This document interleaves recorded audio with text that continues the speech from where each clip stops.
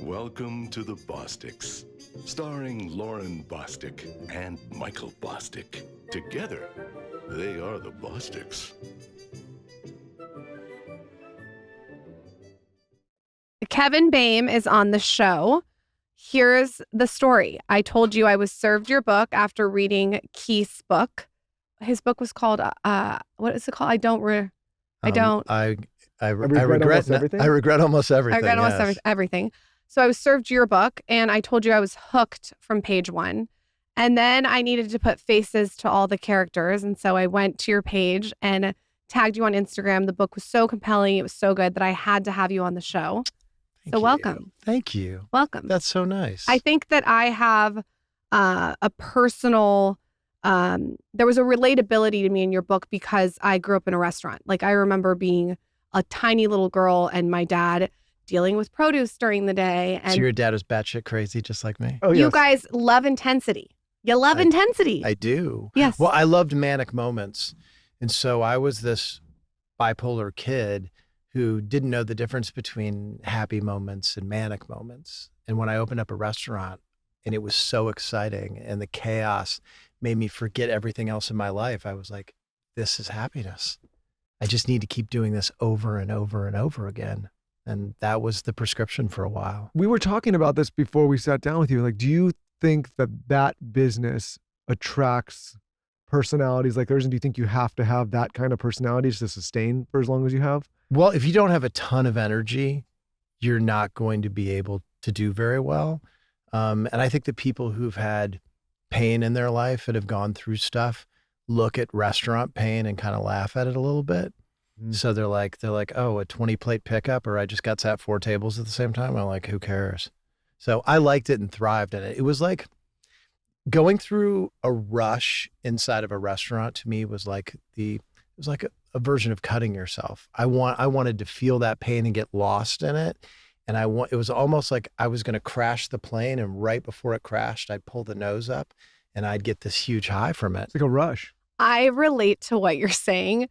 I do this in my personal life I press it on time. I want to crash that plane and get right there, but then I come But you don't crash it. I want to get there right to the edge. He is the exact opposite of that.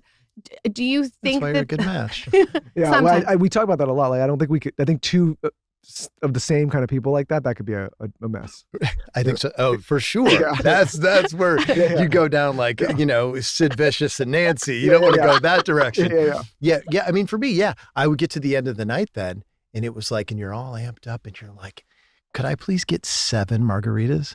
And so you'd put out that fire with alcohol, and then I would go to bed and I would do it over again. And one of the signs of being bipolar is that you don't need a lot of sleep.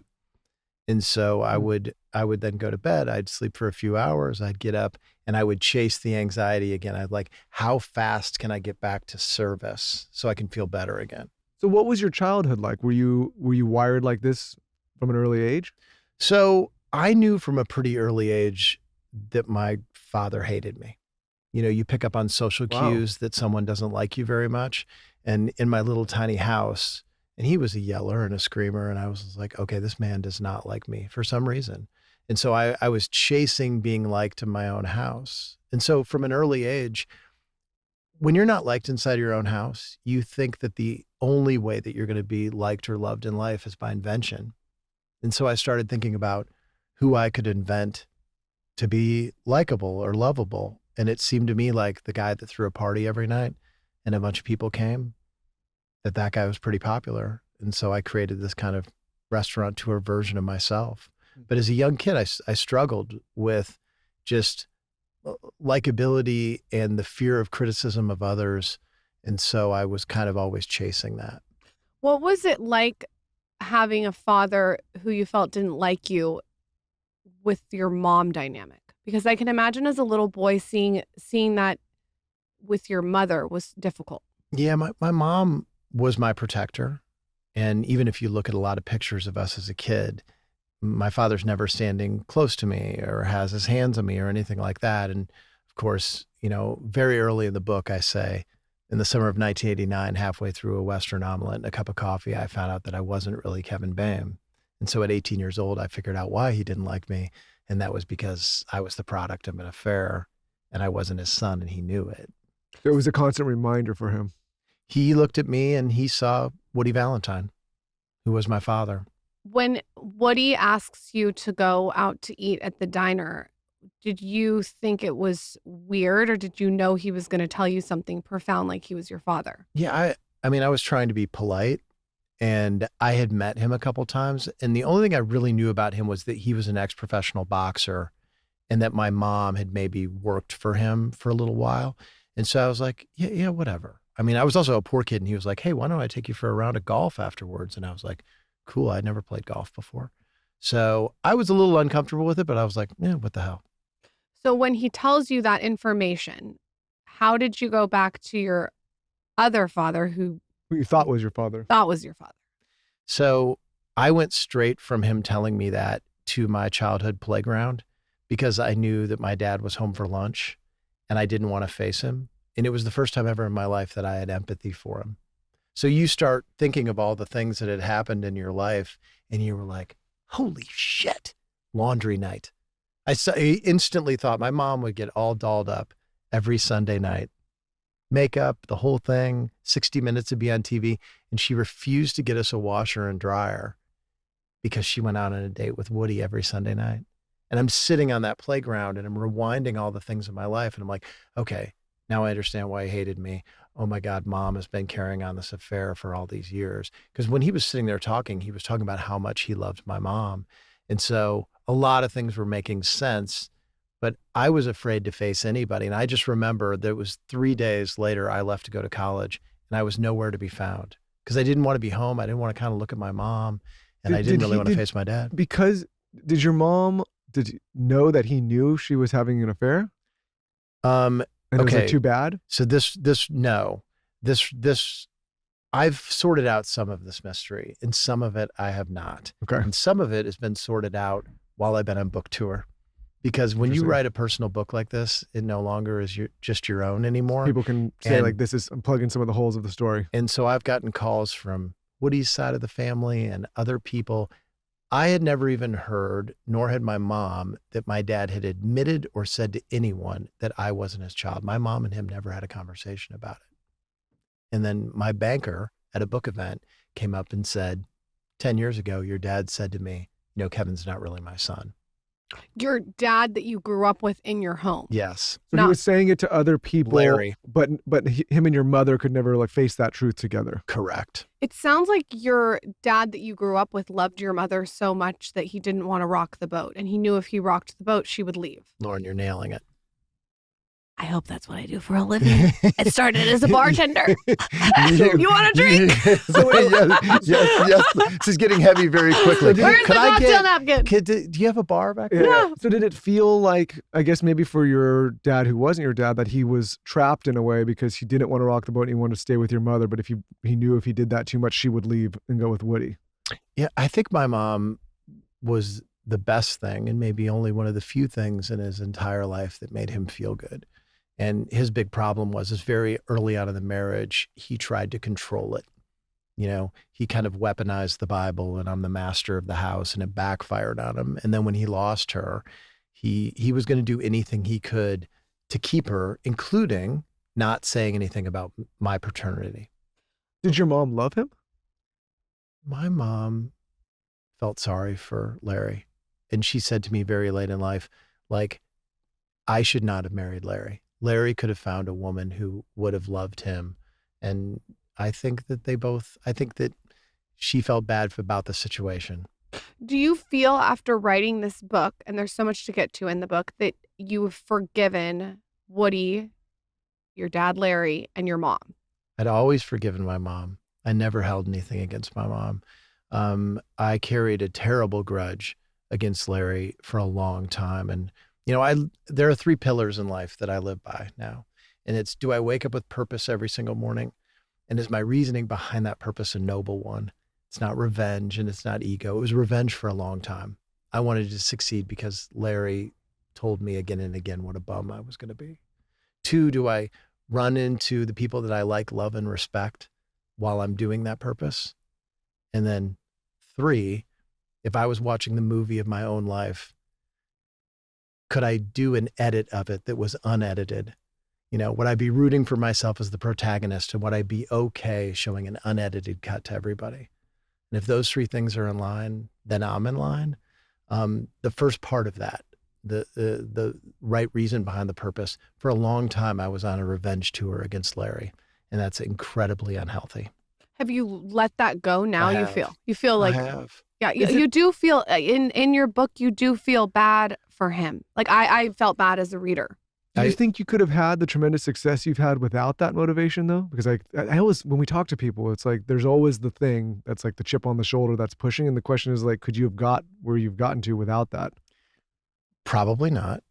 You know, blind ambition does not do much for human development. And in the last 5 years, I've done great work as in my own human development, and I'm probably made me not as good of a restaurateur, but I've now found this intersection where I can both develop as a human being and do soulful projects and figure out where my skill set goes and be a great father.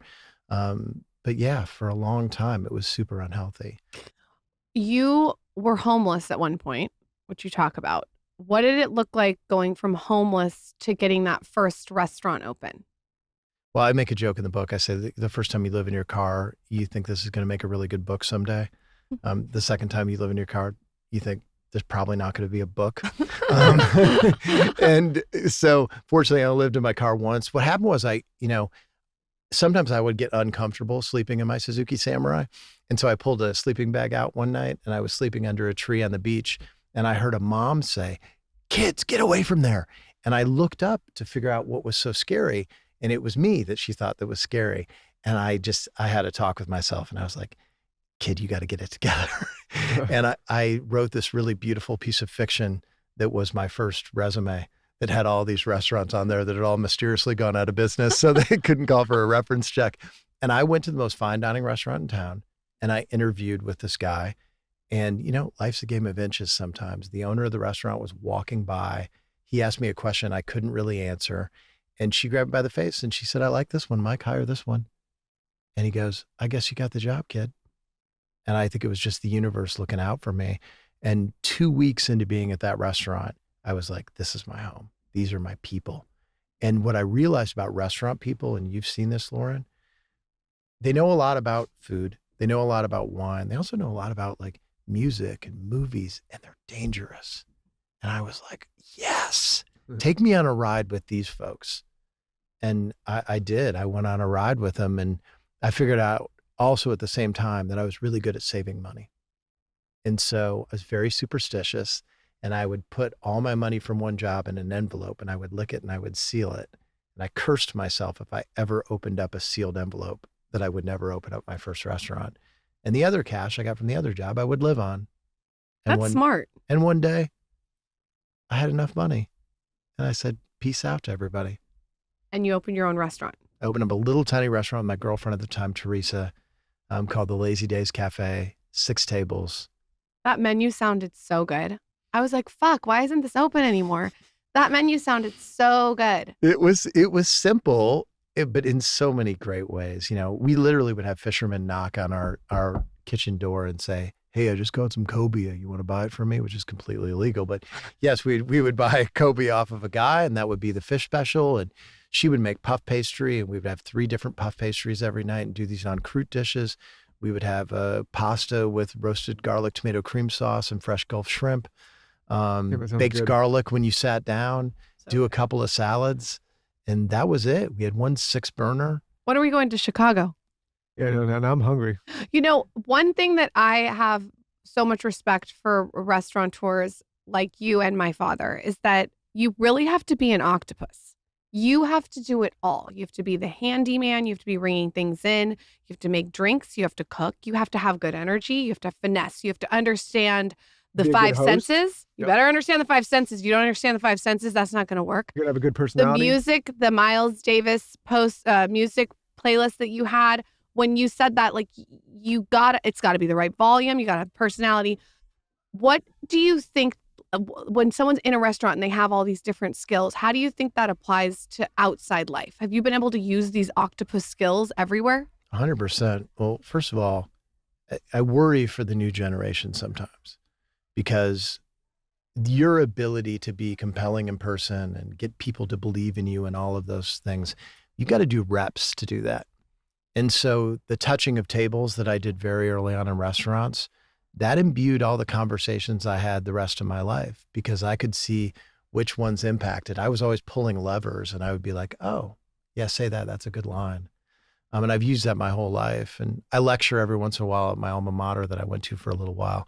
And recently I sat 6 chairs in the front of the room and I said, hey, 6 people sit up here. And I sat a chair in front of the first person. And I said, hey, what'd you have for breakfast this morning? And she goes, what?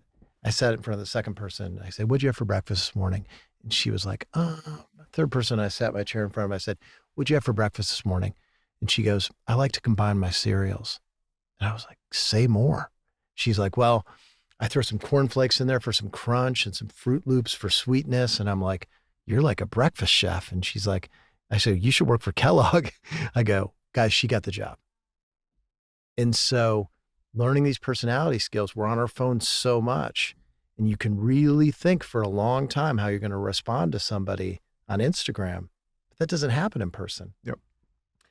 When you say touching tables, yes, what is the trick to approaching someone if someone's listening out of the blue and touching a table? And I mean, you can apply this in any area of your life. You can. So first of all, if someone's upset, I have a tried and true approach to it. Let's hear it.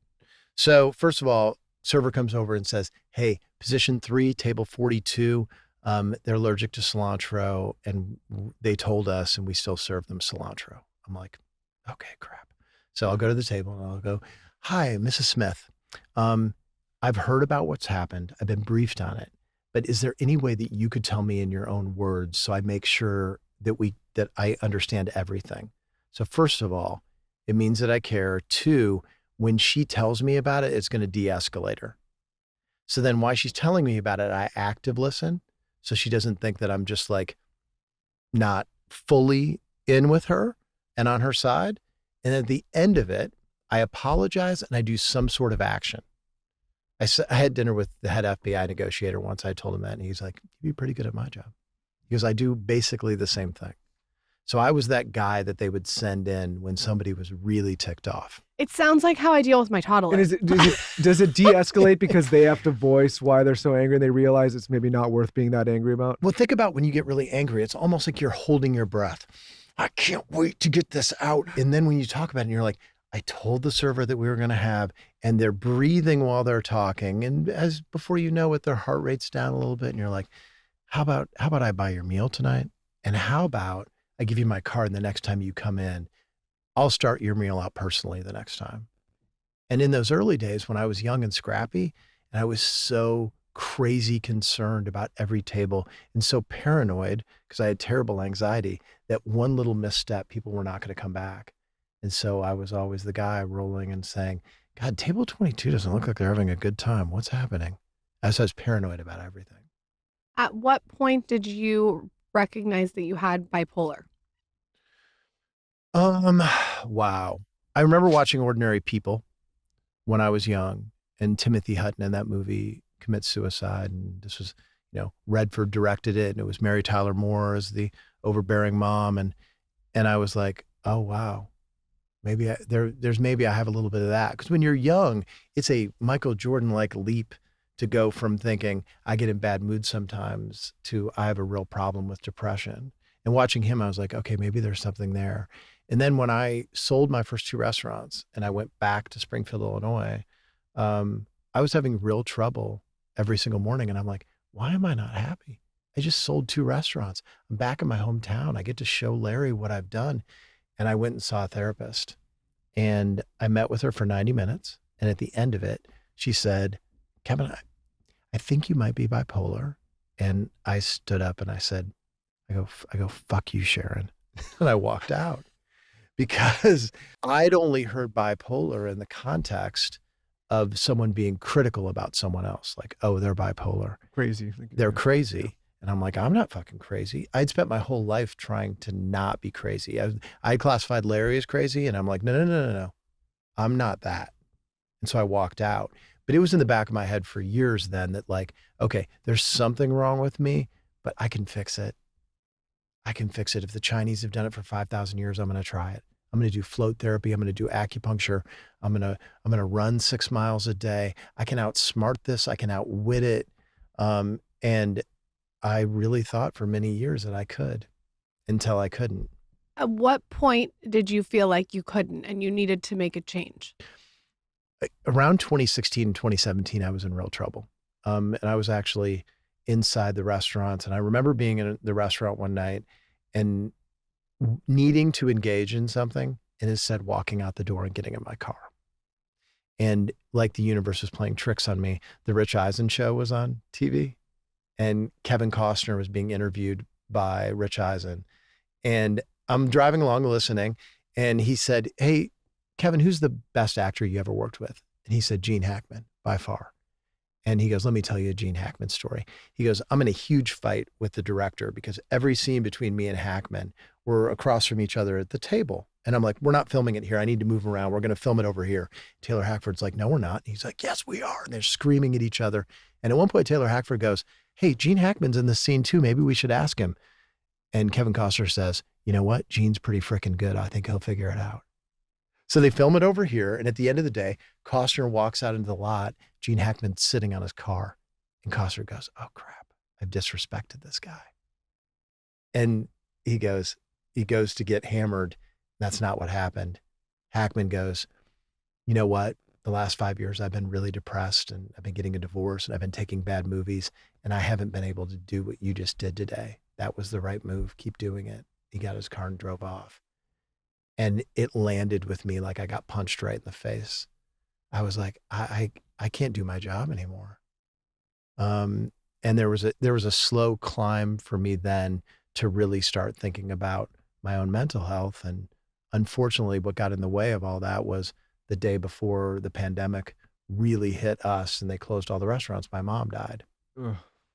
And that's when I really fell off a cliff. And, a year later, I was in this town in Los Angeles, standing on a ledge after I'd written 4 suicide notes and getting ready to jump.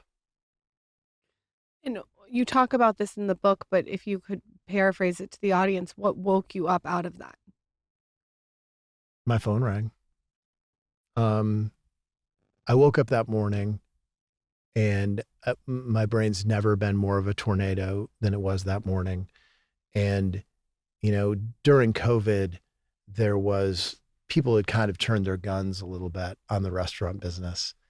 And there had been this kind of blog hit piece that had come out about us laying some people off, but they didn't know the full story. It was a management deal that we had left and the hotel was just going to rehire them. So they didn't have the full story. And I had read that piece and I just couldn't take the pressure or the criticism anymore.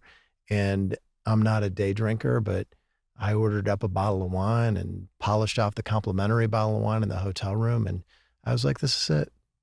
Sometimes when you're sad, you want to feel even sadder. And I put on the saddest song I could think of, and it almost put me in a trance.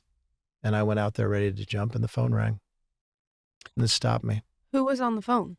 Nobody of any significance. Just a random It was person. just the ring that stopped the song from playing. Huh. And did that wake you up from what you were doing? It forced me, because I had literally released my hands and I just stopped for a second and I climbed back down. And then I grabbed a pillow and I fell asleep on the balcony. And when I woke up, when you wake up and you have that 30-second reprieve to where you can't remember what happened? Well, when you wake up in a flop sweat on a balcony, you don't get that 30-second reprieve. I woke up and was like, oh my God, something is seriously wrong with you and you can't outsmart it anymore. And then I spent the next hour writing 20 things that I needed to do in my life if I was going to move forward. And rock bottom, if you can survive it, as a gift. What were the 20 things? Give us a couple things on that list, because there might be people who are listening that are feeling low and that might inspire them. Yeah. Well, the number one thing on the list was get a therapist right away. And you need to talk to that therapist 5 days a week. And I did. I got a therapist right away, and I said, I really need you every day right now. And what I figured out real quickly is if you're doing it right, your relationship with your therapist is like no relationship you're going to have in your life, because they're not there to like you. They're there to help you. And so for the first time in my life, I wasn't pretending to be anybody. It was my authentic self. And I just said, here's who I am, and I need your help. And I just happen to have the best therapist ever who's still with me. So that relationship, and Elena, she really helped save my life. Because for the first time ever, here's my authentic self. Here's everything that's happening, that I'm thinking, that I'm feeling. And that was the obvious first step. And she helped me get medicated. And the medication, when it really kicked in, that's probably the biggest regret of my life. Why? Because it got rid of the irrational anxiety. And I was just like, God damn it, Kevin, you could have done this a long time ago. So it felt like and there was not a felt foot on your this. neck, and then that removed it, and it immediately gave you relief. I was super happy. And then I was like, Kevin, you son of a bitch. Yeah. What an idiot. All the low-hanging fruit. And so if you haven't done the low-hanging fruit, if you haven't talked to a psychiatrist and you haven't talked to a therapist, do that. And then I went to both my companies and I said, guys, I'm not going to be around for a little while. I need time away. And I remember the next day, like 8 people called me from both companies. And I was like, I don't think you guys understand. I'm being serious. I need you to leave me alone. Well, for a little while. were they just not used to that version of you? No, you he was Correct. constantly always on, like 24/7. It sounds. Well, I imagine if you're bipolar, you might say something and they're like, oh, he'll be different tomorrow. Like, Yeah. They're like, oh, he's going to be fine. Hey, I just wanted to talk. I was like, no, leave me alone. And they were like, oh, So this did is for they? real. Then they left me alone. And how long did they leave you alone for? It was really about 6 weeks where I didn't walk a dining room, go into a restaurant, and I really just concentrated on my own health. I went and did ayahuasca. And That's the hardest 10 hours of my life. why? 10 years of therapy in 10 hours. Is it really that? Oh my God. It's anything that you've put into your subconscious that's trauma, shame, guilt, pain. You basically sit in it for 10 hours. So all these things you've tried really hard not to think about, you are transported there. Most of the time I didn't know that I was in the room. I was back in those places. And it's been incredibly effective with soldiers who had PTSD. But it's really effective with anybody who has a lot of stuff stored up in that subconscious. Would you do it again? Because sometimes I hear people are like, I need to do it every year, or like, is one enough? It's a great question. I sure don't want to do it again. It's awful. It's not like an enjoyable. It's work. Yeah. No, it's work, know. And so everybody that was a first timer that was doing it there with me, I was literally hugging the guy next to me. My biggest mistake was that I didn't take a loved one with me and someone that I could count on and trust. I was looking for something and someone to hold on to besides the shaman. In the middle of it, I went to the shaman. I was like, could you please make this stop? And he goes, Kevin, you came to sit here in the sadness. Go back and sit in the sadness. That was it. I sat in the sadness for 10 hours. And then 3 days later, I had the lightest and greatest sleep in my life. Do you feel like it kind of got it all out, or you were able to just face it and look at it differently? Or there was a couple things that I had repressed. You're like, of course that happened. Of course that happened. And I was able to deal with it. And because I had Elena, I could sit with and talk to her about it. And so that was super important. All that work that I was going on and doing at that time, and then not having to worry about work for a little while, stopping drinking. The big problem with drinking was I was fairly disciplined about it. I would drink like 1 day a week, but that 1 day a week, I would have like 12 drinks. And then for 3 days afterwards, I would have suicidal ideation. And so I spoke to a friend of mine and I'm like, well, I'm not an alcoholic. I only drink like 1 day a week. And he goes, but what happens? And I go, well, I feel like I want to kill myself afterwards. And he goes, well, how long's that been going on? I said, 10 years. He goes, Kevin, you can call it whatever you want to call it. And so I went cold turkey on drinking. So you weren't drinking like a lot of people in the restaurant industry, the way they drink, because I used to do it when I was a young girl. Oh, yeah. Is you go in the back in the closet and you take a couple sips of wine and you do it all throughout your shift, and you don't get too drunk because you're serving people, but it's like almost like a slow drip. That's not the way you were drinking. I never did that. So in my 20s, it was always after service. So sorry, Daddy. I'm sure Dad's been there. But what I would do is Dad was in the closet too. Dad was in the closet. Dad had a tequila He shot. probably had a couple of vodkas. I would get done with a shift, and it would be like 10 to 10:30, and that's when the place would kind of shift to a party. And I would go up there to quote Johnny Depp and order my mega pint of Cabernet. Yeah. And I would get an 11-ounce Cabernet. The biggest cup ever. Just a giant tub of Cabernet. And it was kind of like red wine and tequila for me. And then I would drink kind of the rest of the night post-service. And then when I got to my 30s, it was a moderated version of that. By the time I got to my 40s, it was only on the weekends. And then by my like mid to late 40s, it was like only on Saturday night, So you had a discipline around it, but it still was problematic. It's exactly right. So right now, are you still sober? I'm still sober. Still sober. Mm-hmm. I drink a lot of caffeine. I have the best, by the way, this is just random tangent, mocktail ever. But you have to try this. Okay. Peak tea, use code skinny, but actually. You already got me because I get so upset when people don't have tea. It's not a tea, really. Is there caffeine in it? I don't know if no, it's a nightcap. Okay, got it. It's called Vesper.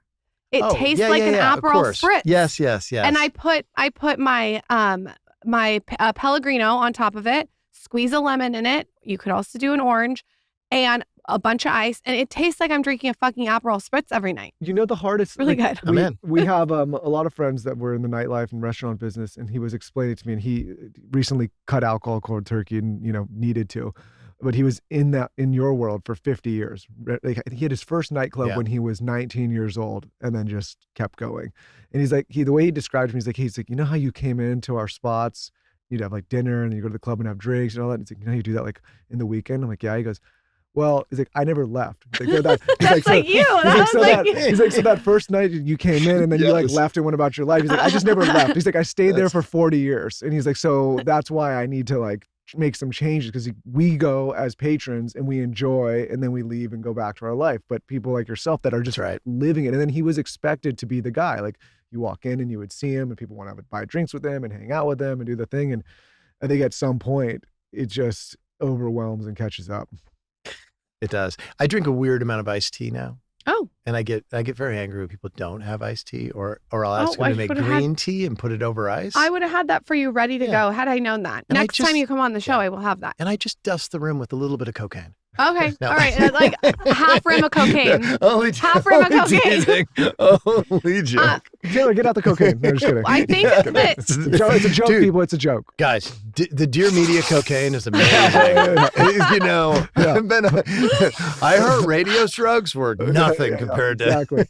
Exactly. I think one thing that people don't understand is how difficult the restaurant business is on a relationship. I saw it firsthand. My mother and my father worked in the business. My mom was the details person. My dad was the visionary, the big picture, a little harder to control, a little more ADHD. And my mom was sort of like the organizer. Michael's my mom. I'm my dad. Weird dynamic. Yeah, it's weird dynamic. I got to go do ayahuasca. But I think people, repression going they on. don't realize like how crazy it is on a relationship. And in your book, you kind of touch on your marriage where you were saying like it's really almost hard to make time for a marriage because you're managing the whole restaurant and you have to rush home. You talked about putting your baby on your chest and like really savoring those moments. What was that like? Well, I mean, a lot of times Courtney, who's my ex-wife, would get the worst of me, because I would expend all that energy on other people and then I would drop the facade. I was like a method actor and I would come home and I would turn back into myself again. So, I mean, I think it was hard on all of us. I think one of Courtney's quotes one time was like, you're never boring, but you're also no picnic. And I think that was absolutely the truth. So, really hard on relationships my whole life.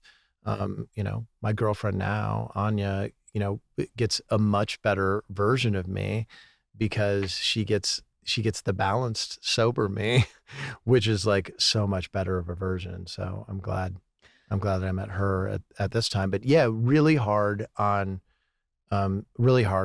court. And, I did the best I could. I didn't get raised in a house that was a normal family life or a normal marriage. And so I was also learning how to live within a family.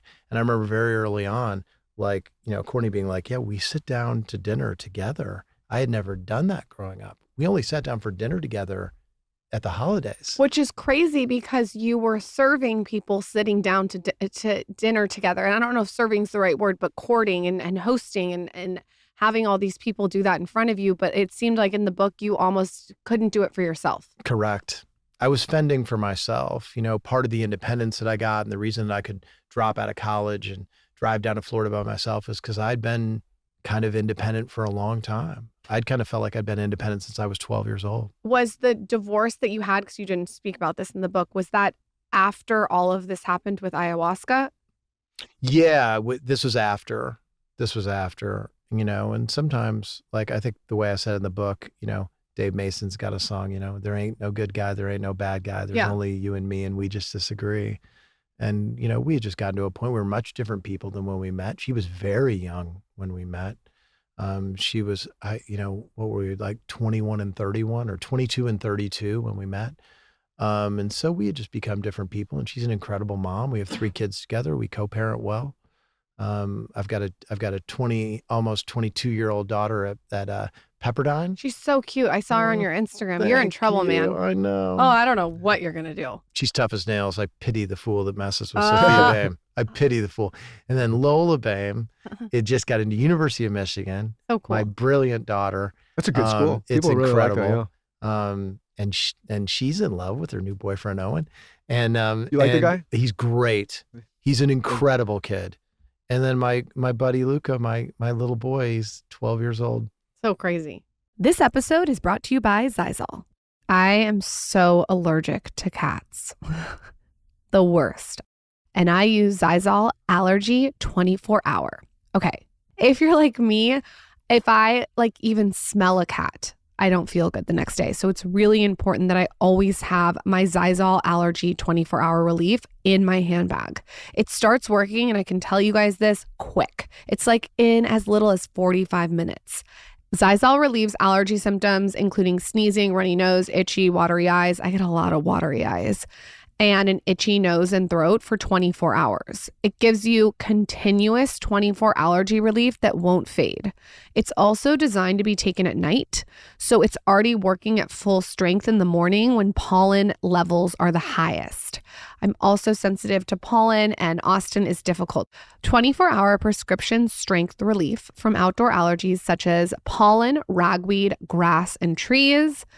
And then you also are going to get relief from those indoor allergens, such as dust, mold, pet dander. Visit www.xyzal.com for more information. That's XYZAL.com for more information. One thing I take very seriously is my hair. You have seen me go on this journey. Someone pulled my hair the other day because they thought it was extensions. And what it actually is it's strategy, okay? So first, I started eating a lot of organ meat. You know this, amino acids. It's great for your hair. I also started microneedling my scalp. I do scalp massage. I just got this red light scalp massager. It's amazing. And then I also supplement. And for hair thinning and shedding and hair issues, I supplement with Nutrafol. Nutrafol has a proactive approach, and it targets the root cause, okay? So if you're looking for improved hair growth and decreased shedding, you have to check out Nutrafol. Nutrafol is the #1 dermatologist recommended hair growth supplement brand, and it's the #1 hair growth supplement brand personally used by dermatologists. I like it because it's not a one-size-fits-all approach. So they have different formulas. They have one for men and women, and even when you're postpartum or you have menopause. They've really thought of everything. You can order it seamlessly online. There's no prescription needed. And they have automated deliveries. So I just get mine in the mail, and I have free shipping to keep me on track. Plus, with the Nutrafol subscription, you can save up to 20% and get added perks to support your hair health journey. Let your hair be one less thing to worry about. See visibly thicker, stronger, faster-growing hair in 3 to 6 months with Nutrafol. For a limited time, Nutrafol is offering our listeners $10 off your first month subscription and free shipping when you visit Nutrafol.com and enter promo code SkinnyHair. That's Nutrafol.com, spelled Nutrafol.com, promo code SkinnyHair. Every single Friday, my kids and I, with Michael, do family movie night. It's a thing in our house. Everyone gets to pick a movie. We switch off every Friday, and we always have the best popcorn. I have this brand that's so delicious. It's like made from coconut oil and butter and a little bit of sea salt. And we always add the Unreal chocolate gems on top of the popcorn. It is so good. You gotta try it. I'm obsessed with Unreal for my kids. But here's the deal. Yes, the taste is delicious, but it's better for you. So there's way less sugar, simple ingredients, no artificial anything. We have been living out of a hotel this week, and I like Unreal's brand so much that I bring it when I travel. I bring it on the plane, I bring it in my purse, I have it at the hotel, and instead of my kids getting a dessert, I'll just have them have a dark chocolate coconut bar from Unreal, or I'll do a dark chocolate peanut butter cup from Unreal. I put that in the fridge. It's delicious. You really can't go wrong. I like that they are on a mission to unjunk the world, starting with chocolate. Their vision for the future is a world where all food is 100% real. So you can expect gluten-free, non-GMO, kosher, zero artificial preservatives, flavors, or colors. You can also find Unreal products anywhere cravings hit, including Whole Foods, Target, Costco, and other grocery stores. As a special offer for our listeners, visit unrealsnacks.com/skinny to get $2 off a bag of Unreal. Terms and conditions apply. One thing that I am very passionate about when it comes to my children is having long sleeve swimsuits. So I found this brand. It's called Minnow. They have the cutest suits. And what I like about these suits is that they have UPF 50 plus protection, blocking 98% of UVA and UVB rays. They come in the cutest, like I can't even tell you, patterns, textures, all the things. The fabric is so premium. Before I found this brand, I was just getting the brands off Amazon. And when I switched to Minnow, I immediately noticed that the fabric was quality. It's buttery smooth. You can feel it in your hand. I'm obsessed with the little girls' rash guards. They have these one-piece rash guards, and they also have unisex rash guard shirts, which are perfect styles for extra sun coverage. Caring for your product is really easy, and it lasts you through multiple seasons, which I love.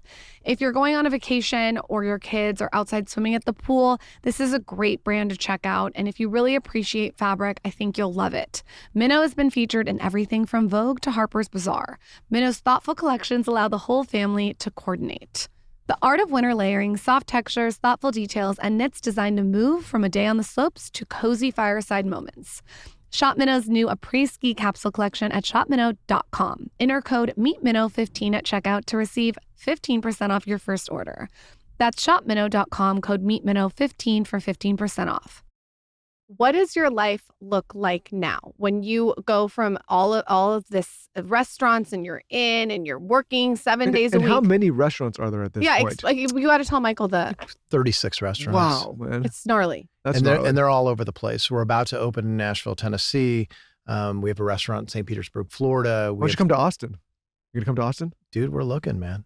You We've should been looking talk at to me and Austin. Michael. We've been looking at Austin for a long It's time. blowing up. I know And you know what? We need more spaces.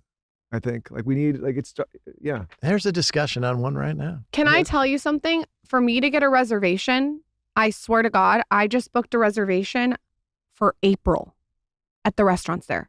If I cannot get a reservation, I'm like, who do I have to blow to get a reservation? Well, hopefully nobody. You cannot get a reservation anywhere in the town. If I want to go to a restaurant, I have to plan 3 months in advance. Do you know what's a pretty good name for a restaurant? Him and Her. That is pretty good. Well, we're rebranding. You can have it. Take it. Go open the restaurant. But no, there's more stuff open. Guys, you want to do a restaurant together? Lauren could bartend every couple of weeks. That would probably go pretty wild. Me and your dad? Come on. My dad listening right now, you don't even know. There's magic happening right now. You know, and funny, my buddy that was in that business forever, he moved out there. So there's all these, it's funny, a lot of the guys that kind of got out of that world, Yes. family and friends. They came to Austin now, and now they're like looking around. They're like, hey, maybe I need another place out here because it's getting busy. If you do open in Austin, I actually want to connect you to my dad. Yeah, love it. And you should open a restaurant in Austin. So where else are your restaurants? Keep going. So we have 3 in Brooklyn with an incredible chef named Michael Solomonoff, called Laser Wolf. That is a juggernaut in New York City. Fun celebrity story about Laser Wolf. I wanted you to tell me how you came up with that name. Yeah, it's such a good name. So it's the dentist in Fiddler on the Roof. Okay. And so it's an Israeli restaurant. Michael won the James Beard Award for Best Chef in America. I opened that restaurant right when I was going through all that work, and it became like therapy for me. And when we opened, I said, you know what? I'm going to go to Brooklyn for a month. And I'm gonna stay in Brooklyn. I'm gonna work every service. And so I was working every service. And when I very first opened my first restaurant, I thought, I'm gonna get a subscription to the New York Times. Made me feel cool. And Ruth Reichel was the New York Times food critic back then, and I would read her articles. And when I was very young, I took one of her articles and I went to New York by myself, and I dined into one of the restaurants that she reviewed because I wanted to see if I was smart enough to have the same experience that she did. So I'm working Laser Wolf, and the last night I was there, she came into the restaurant. Cool. And I'd never met her before. And I went to the table and I told her the story, and she goes, what restaurant review was it? And I said, it was Union Pacific. And she looked at me and she goes, the woman next to me is moaning. That's the first line of the review. I go, that's it. She's moaning because the food's so good. Yes. That is such a good line. Such a good line. So at the end of service, I put down soft serve because we end the meal with a different soft serve every week. And she had told me, and during that meal, that were the best French fries with tahini ketchup she'd ever had. And so I laid down the fries as a dipping vehicle for the soft serve. And she took a bite of it and she grabbed me by the arm and pulled me down. And she goes, Kevin, this time it's me that's moaning. So good. And I was like, yes! Oh, that's cool. That's cool. And so that's a good one. I left town, and then 2 weeks later, Howard Stern was talking on a show that he hadn't been out to eat since COVID. And that Kimmel was going to make him go out to eat. And it started as a 2-top, but then Aniston joined, John Hamm joined, Jason Bateman joined, Justin Theroux joined. And, you could imagine this 10-top walking in with all those huge stars. And, Stern's like 6'6" or whatever. The whole restaurant stopped. Yeah, everyone just is staring. And so the next day, picture was everywhere. We just like kind of exploded. And sometimes that's fun marketing. Yeah, that's great marketing. What does your life look like now with all these restaurants? Are you in the restaurant or no? I don't walk restaurants like I used to because I walked restaurants 6 days a week for 27 years. And so it's a lot. So I sprint in and out of it. So when Nashville opens, I'm going to be in Nashville a lot for a couple months, just like I did with Laser Wolf. I'm going to work a ton of services. So you sort of massage it to make sure it's right. I do. Is the culture right? Do we need to change things? I've never had a restaurant where you build the blueprint and then you open it and you're not like, we got to change this, this, and this. It's kind of like a play. There's previews, and you do that first preview and you're just like, well, we got to change this line and this doesn't work right. And let's massage this dialogue. That always happens. It's an edit. It's an edit. What are maybe the top 3 to 5 mistakes most new restaurateurs make when let him pull out a scroll? Oh my God, that's such a big list. How much time do we have? Oh, yeah. Well, first of all, the biggest ones. They do unrealistic pro formas. So they'll look at like the most successful restaurants in town and they're like, I think we're going to do 11.6 million. Right. And they design a restaurant based on those sales figures. And I always tell people, I'm like, first restaurant, low budget, don't take too much money from family. Do it scrappy. And the great thing is today's age of journalism really likes the young, scrappy restaurants. They like Blair Witch Project, man. They like something shot on a handheld camera. So pour over every plate, be super nice to everybody, and be there every night. And so people see you there. And then if that works, build the bigger restaurant. And so I think that you got to take it really personally. And if you really want it to succeed, you see all these fancy chefs on TV living the glamorous life. It ain't glamour in the beginning. And there is a pay-in process like a pension. And if you really want to be great, you're going to have to pay in. How do you fire someone? You've probably fired a lot of people. Oh man, I don't love the firing, but I think you have to take emotion out of it. And I think you have to be very honest with someone of why you're doing it. Okay. Thoughtful, empathetic, give them a real reason why it's happening, and then give them some sort of hope. And so That's nice. I like that. It's like, and it shouldn't be a surprise by the time you get to the firing. It shouldn't be the quick acts. It's like, we've had 3 sit downs, and let me tell you what the problem is. Here's what I'm trying to accomplish. I sat you down 3 times. At this point, I can't have one of my best customers coming in and having you wait on them because this is what's been happening. But I still have hope for you. And I want you to be better. And here's what you have to do to get through it. And I'm sorry that we're going to have to break up, but it doesn't mean we can't get back together someday. You know what that reminds me of? The fork. Well, I have a friend who used to work in the Michael Mina restaurants. Oh yeah. Right. I know those guys. I know Michael for a long time. And he was telling me about like exactly, he was saying basically you sit down with someone, you tell them the same thing 3 times. First time, it's like, hey, did you understand it?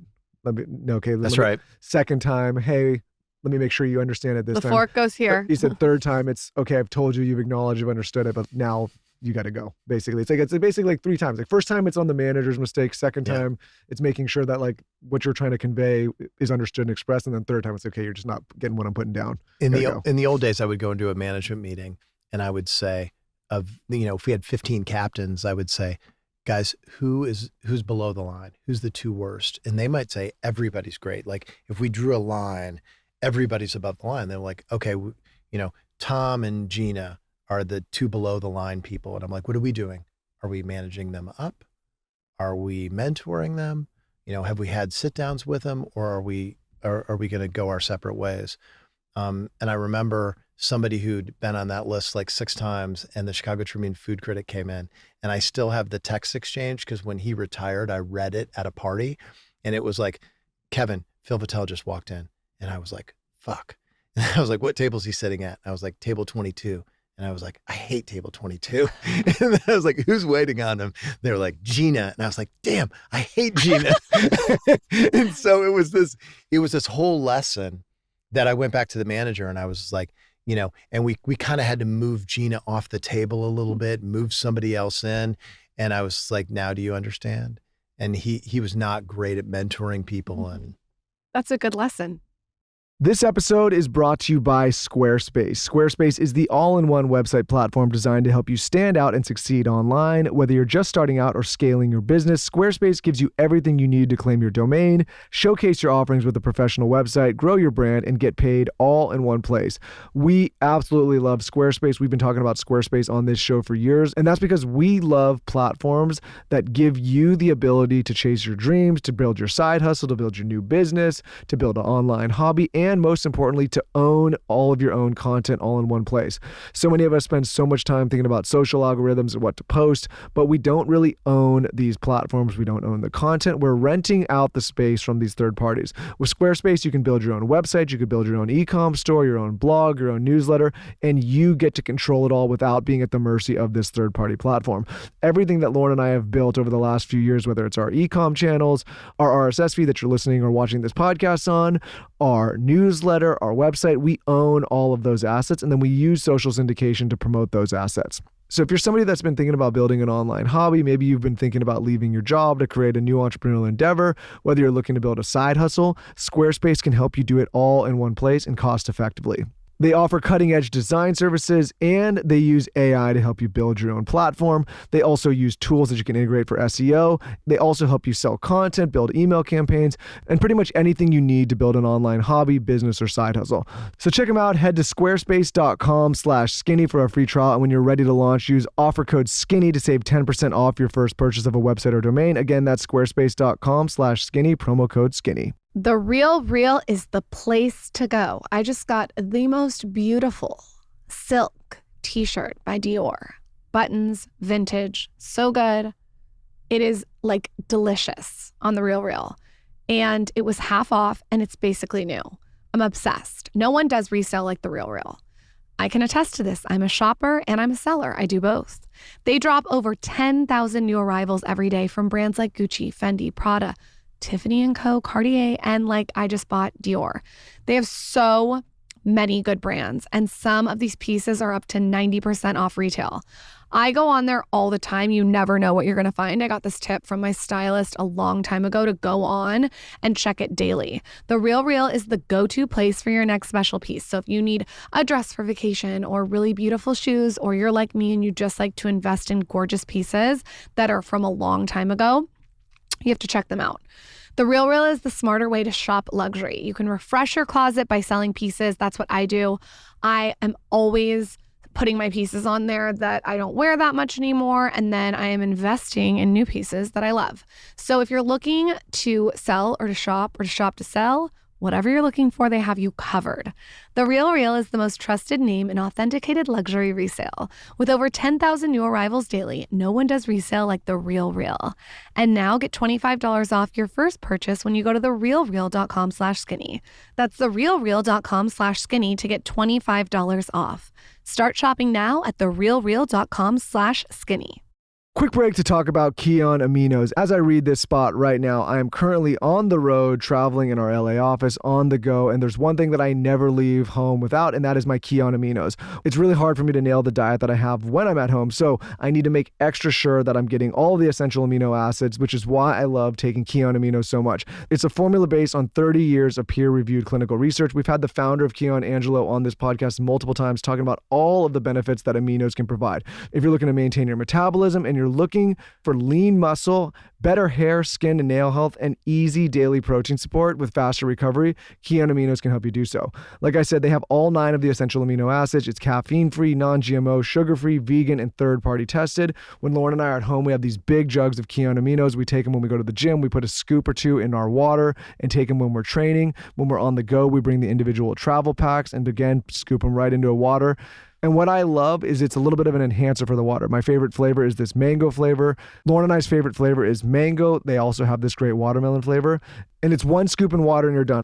And I take it before every workout, but you can take it at any time of day. Again, when I'm traveling, I take it throughout the day. It fits right into an existing wellness stack, and it's quickly become one of our top 5 supplements that we take regularly. So check them out. For me, Kion is the premium option. It's transparent, research-backed, clean, and easy to take every single day. All you have to do is go to getkion.com/skinny for 20% off. That's getkion.com/skinny. I want to tell you about the charity that I am so passionate about, and it is called I Stand With My Pack. They are committed to getting dogs fostered and adopted. I have been a fan of this specific charity for about 5 years. When my daughter was born, I met a woman named Lucy, and she was helping me with Zaza, and she told me all about this incredible charity, I Stand With My Pack, where they helped animals find homes that were in really bad conditions. And I started following the Instagram account, fell in love with what they were doing, and then decided to partner with them to bring awareness to their cause. If you're looking to adopt or foster a dog, you have to check them out. It's I Stand With My Pack. They are accepting donations too if you can't adopt or foster. And all of the money goes to their mission, which is to help dogs with major medical needs that are often not seen by adopters or other rescuers.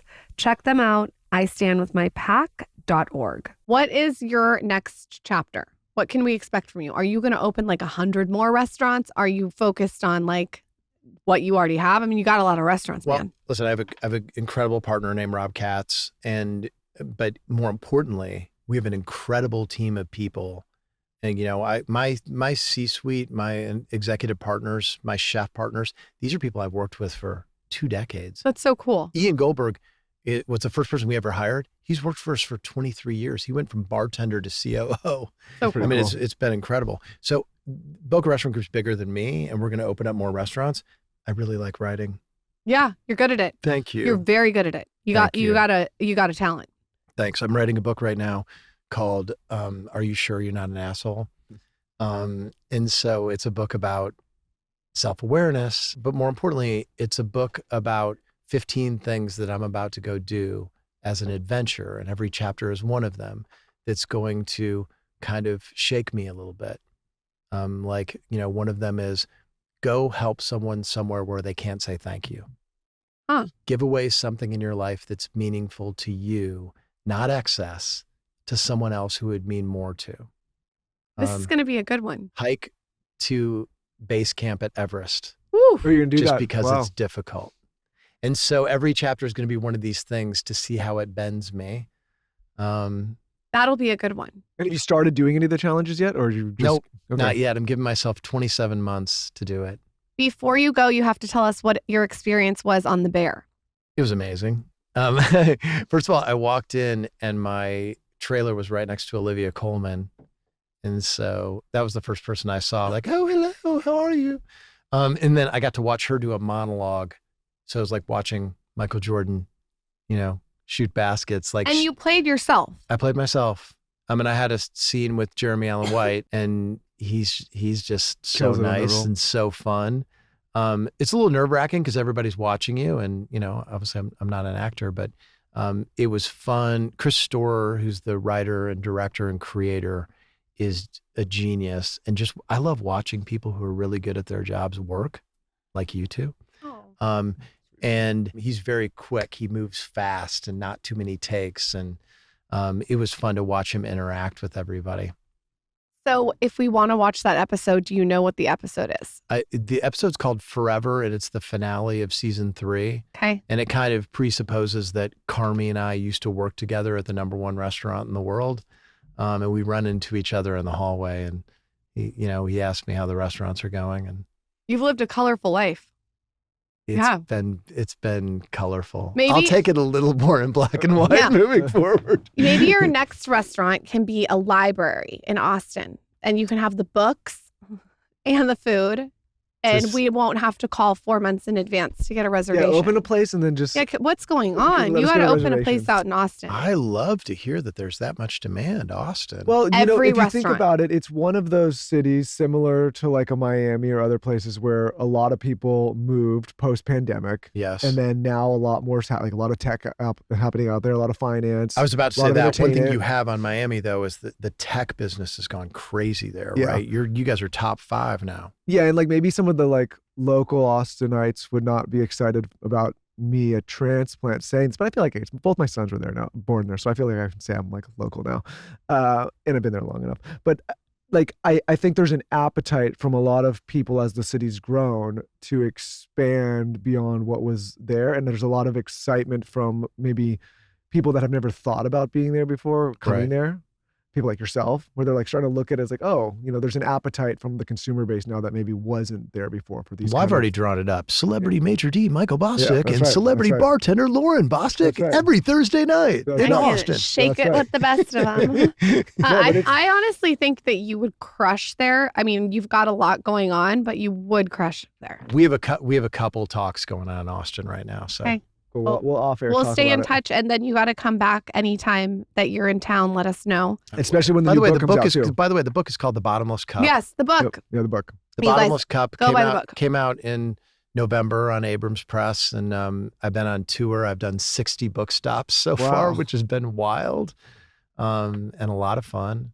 And you can get it on Amazon. I got it on my Kindle, and I highlighted so much of it. I loved it. I think that all of you guys will really like it. So in 27 months, once the challenges are complete, you come back on Yeah, come back on. and we'll talk about And it. we'll figure out if we're all assholes or not. Yeah. Uh-oh. I think I kind of know the answer for myself. You have the fucking Succession theme song on Yeah, your so phone. probably, it's so probably, that's it's probably a yes. For, By the way, the impetus for the book was I had the worst conversation. uh-oh. I was with my girlfriend Anya, and I had the worst conversation I've ever had with 2 individuals. And I came out of that conversation, and I'm like, what am I supposed to learn from this conversation with these bad humans? And instead of being sanctimonious, I was just like, there are parts of me that I don't like too. And how can I create some sort of system to become a better person? And who am Louise I Hay really? said that pick what you don't like about a person and see where you do the same thing. Yeah, that's right. Did you write that down? what did you say? No. Where can everyone find you and buy the book and say hi on Instagram? Instagram, I am Kevin Boehm Boka on Instagram. The book you can find anywhere, bookstores, Amazon, you name it. And the restaurants, Boka Restaurant Group, it's bokagrp.com, are all the restaurants. And, I'm at a lot of the restaurants a lot of the time, not as much as I used to be, but I'm still in all those restaurants, and I'm soon to be, we're opening in Nashville, we're opening in Denver, and we're opening a restaurant in Chicago in a couple months with Brian Lockwood, who was the chef de cuisine of Love Madison Park when it was the #1 restaurant in the world. He came to Chicago, and we're doing a restaurant with him called Gingy. And so I cannot believe I haven't been to one of your restaurants. I need to go. I can't believe it either. You never went to Girl on the Goat? I've heard all about him. I've heard about him. There's a Girl on the Goat here in LA. We have one in Arts District. I did not know that. Or actually, I think you said that in your book. I did. But that's far away, right? From here or no? Arts District. It's kind of a haul. Okay. Well, I want to go to one of your restaurants. So Yeah, we're coming to Chicago. We'll do a tour. Okay, here's what we're going to do. Chicago. We're going to set up a progressive dinner for you guys where you go to 4 restaurants in one night. That'd be so and we're fun. going to do a couple. We do this for the special people. So what do you do? So you just pop in, you try one thing there, then you pop over, and you like. Yeah, we it's basically like about 3.5 hours, but you do like 45 minutes at each restaurant. so fun. We time it out. That's We would cool. love that. It's really a blast. You're blacked out by the time it's over. Do you have, this is my last question, do you have less food sales now that everyone is on semi-glutide? No. Are you sure? I'm sure. Do you know that I just found out that the airplane weight has gone down, like the airplane weight, because people are lighter. So it's not a weird question. Who's keeping track of these stats? It was on Instagram. I It's saw not it. real. It's Lauren, not a real stat. That's not a real stat, Lauren. That is, you just got sucked into the Instagram. I think I'm a hole. conspiracy. Lauren's book would be, "Am I a conspiracy theorist?" That would be that would be. But yours. then And the answer is yes. conspiracies come true. So what does Just that mean? FYI, guys, you'll be 17% smarter by listening to this podcast. Yep. Yeah, exactly. Are you No, an I totally- asshole? And yeah, All right. between now and the next time I come, everybody, figure out if you're an asshole or not. Yes. The Bottomless Cup, guys, go check it out. And then when you get the new one, you come back and we'll talk about that one too. And I will be going fun. on my 3 restaurant tour next time I'm in Chicago. Thank you. And opening in Austin soon. Yes. Exactly. You should open in Austin. Thanks, Kevin.